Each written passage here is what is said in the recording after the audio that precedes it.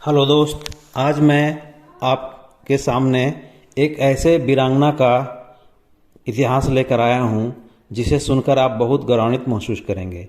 इनका जन्म एक बहुत ही गरीब परिवार में हुआ था, लेकिन ये महारानी लक्ष्मीबाई की बिल्कुल हमशक्ल थी और इन्होंने इनकी बचपन में ही इनके माता स्वर्गवास कर गई थी, तो इनके पिता ने ही इनका देखभाल और पालन पोषण किया था। उन्होंने ही इनको जो शिक्षा दिया वो शस्त्र का चल और घुड़सवारी का दिया था, जिसका आगे चलकर बहुत ही योगदान या सहयोग महारानी लक्ष्मीबाई को इन्होंने किया। तो आइए मैं इनका कहानी और वीडियो आपको सुनाता हूँ। कृपया मेरे चैनल में बने रहेंगे। बात 1857 के भारतीय विद्रोह के समय का है। झलकारी बाई एक महिला सैनिक थी जिन्होंने 1857 के भारतीय विद्रोह में अहम भूमिका निभाई थी। वह झांसी की रानी महालक्ष्मीबाई के महिला सेना दुर्गा दल की सेनापति थी और रानी की प्रमुख सलाहकार भी बनी। झलकारी बाई की कहानी बुंदेलखंड की लोक कथाओं और लोकगीतों में सुनी जाती है। उनकी बहादुरी और इतिहास में योगदान को देखते हुए भारत सरकार ने उनके नाम पर डाक टिकट भी जारी किया था। तो आइए मैं झलकारी बाई का कहानी सुनाता हूँ और कृपया मेरे चैनल को लाइक और सब्सक्राइब जरूर करेंगे और कमेंट भी करेंगे, जिससे मैं आपको इसी तरह का कहानी और लाता रहूं। झलकारी बाई का जन्म 22 नवंबर 1830 को झांसी के निकट भोजला गांव में हुआ था। वह बड़ी होकर एक सैनिक और रानी लक्ष्मीबाई की विश्वसनीय सलाहकारों में से एक बन गई। ऐसा माना जाता है कि उन्होंने बहुत कम उम्र में ही घुड़सवारी, अस्त्र शास्त्र की कला और एक योद्धा की तरह लड़ना सीख लिया था। इतिहास के पन्नों में लुप्त यह एक महान दलित महिला योद्धा की कहानी है, जिसने 1857 के प्रथम स्वतंत्रता संग्राम के दौरान बहादुरी से लड़ाई लड़ी थी। एक सामान्य परिवार से ताल्लुक रखने वाली झलकारी बाई केवल अपनी दृढ़ता और साहस से प्रेरित थी और आगे चलकर आदरणीय योद्धा बन गई। आधुनिक इतिहासकार तो इनकी गाथा गा रहे हैं, लिख रहे हैं, परंतु पौराणिक जो इतिहासकार थे पिछले, उन्होंने इनको विलुप्त कर दिया था इतिहास से।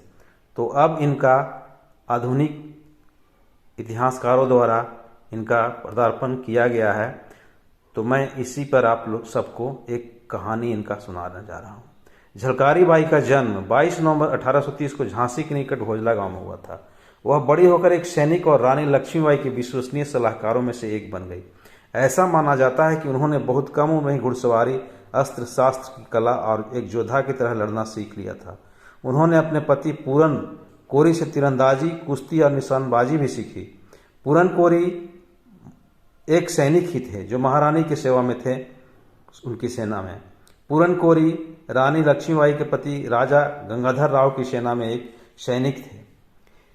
किंवदंतियों के अनुसार झलकारी बाई अक्सर अपने पति के साथ शाही महल जाया करती थी और शुरुआत में वहां एक नौकरानी के रूप में काम करने लगी।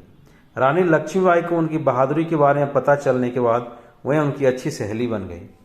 कई लोग यह भी मानते थे कि झलकारी बाई का शारीरिक गठन और उनका चेहरा रानी लक्ष्मीबाई से मिलता जुलता था।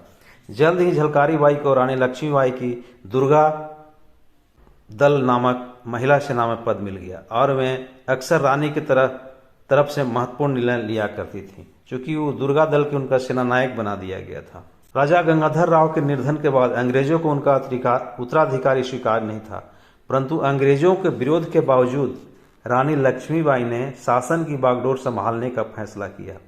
लक्ष्मीबाई ने निकट भविष्य में होने वाली लड़ाइयों के लिए तैयारियां शुरू कर दी। 1857 में सिपाहियों का विद्रोह बढ़ गया और उत्तरी और मध्य भारत के बड़े हिस्सों में फैल गए। वे सिपाही रानी लक्ष्मीबाई का समर्थन करने के लिए एकत्र हुए। झलकारी बाई को सेना की महिला टुकड़ी का नेतृत्व करने की जिम्मेदारी सौंपी गई। 1858 में जब जनरल सर ह्यूज रोज की कमान में अंग्रेजी सेना ने झांसी के किले पर हमला किया और घेर लिया, तो झलकारी बाई और पूरन कोरी दोनों ने उसका कड़ा प्रतिरोध किया। झलकारी बाई ने जमकर लड़ाई लड़ी और रानी को अपने बच्चे के साथ महल छोड़ने का सुझाव दिया। झलकारी बाई ने स्वयं रानी लक्ष्मीबाई का वेश धारण किया, सेना की कमान संभाली और अंग्रेजों से लड़ाई लड़ी। उनकी स्वरूपता ने अंग्रेजों को भ्रमित किए रखा। और उनकी स्वरूपता मतलब उनकी महारानी लक्ष्मीबाई और ये झलकारी बाई का दोनों रूप नैन नक्श एक जैसा ही लगता था, तो अंग्रेज इसमें भ्रमित हो जाते थे। झलकारी बाई की असली पहचान के बारे में अंग्रेज अनिश्चित थे और उनकी वजह से ही रानी लक्ष्मीबाई अपने बेटे के साथ महल से भाग सकी। हालांकि उसी लड़ाई में पूरन कोरी अंग्रेजों से लड़ते हुए मारे गए और जब झलकारी बाई ने यह सुना तो कहा जाता है कि वह घायल बाघिन बन गई। वह क्रोधित हो गई और उन्होंने कई अंग्रेज सैनिकों को मार डाला और उनसे जमकर लड़ाइयाँ लड़ी। कुछ किंवदंतियों के अनुसार उन्हें मार दिया गया था और उनकी असली पहचान कभी सामने नहीं आई। हालांकि अनगिनती संस्करणों के अनुसार उन्हें रिहा कर दिया था और वे 1890 तक जीवित रहीं और अपने समय की शौर्य की प्रतिमूर्ति बन गई थी। झलकारी बाई की यह कहानी बुंदेलखंड के लोगों की लोक स्मृति का हिस्सा है। आज तक उनकी स्मृति लोगों के मन में जीवित है और उनके बहादुर कर्तव्य वहाँ की लोक कथाओं में बार बार उभर कर सामने आते हैं। उस क्षेत्र के कई दलित समुदाय उन्हें भगवान के अवतार के रूप में देखते हैं और उनके सम्मान में हर साल झलकारी बाई जयंती भी मनाते हैं। इस प्रकार झलकारी बाई बुंदेलखंड की लोकगीतों में अमर शहीद बन गई है। लक्ष्मीबाई के झांसी से निकलते समय अपनी सेना के नेतृत्व इनके हाथों में सौंप दिए थे और सहयोगियों द्वारा किए गए हमलों को नाकाम कर दिया इन्होंने। झलकारी बाई रानी के सेनानायकों में से एक दुल्हे राव का नाम भी आता है, जिसने रानी को धोखा दिया और एक किले का एक संरक्षित द्वार ब्रिटिश सेना के लिए खोल दिया था। जब किले का पतन निश्चित हो गया तो रानी के सेनापतियों और झलकारी बाई ने उन्हें कुछ सैनिकों के साथ किला छोड़ने के लिए सलाह दिया। रानी घोड़े पर बैठ अपने कुछ विश्वस्त सैनिकों के साथ झांसी से दूर निकल गई और झलकारी बाई का ही एक ऐसा दम साहस था कि जो महारानी कहती थी कि मैं अंग्रेजों के हाथ में नहीं आऊंगी, मेरा मृत शरीर भी उन्हें नहीं मिलेगा। वो झलकारी बाई के द्वारा ही ऐसा ही उनका शपथ पूरा हुआ।